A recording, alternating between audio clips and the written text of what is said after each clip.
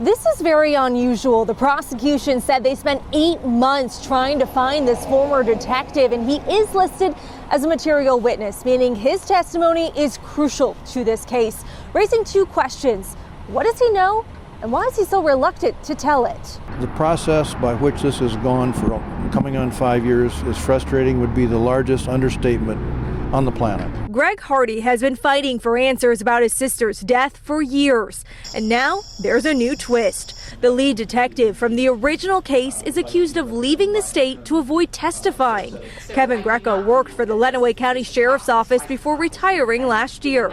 U.S. Marshals picked him up in Ohio last week after a judge issued a warrant to bring him in as a material witness. This idea that he was a fugitive from justice, under the definition of a fugitive from justice, simply doesn't apply. The fact that he's hired an attorney and he has appeared today does go a long way, but it doesn't change the fact that we had to look for him for 8 months. Greca agreed to cooperate and also posted bond. When we tried to talk to him, you have to go through my attorney, thanks. Any comment about your No comment.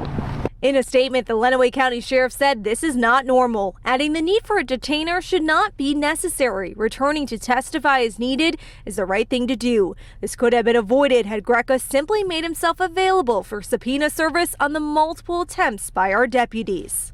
That's really the question, is why, okay? Why would you as a detective not be willing to be forthright, honest, and tell the truth about your involvement in whatever other questions they had for him?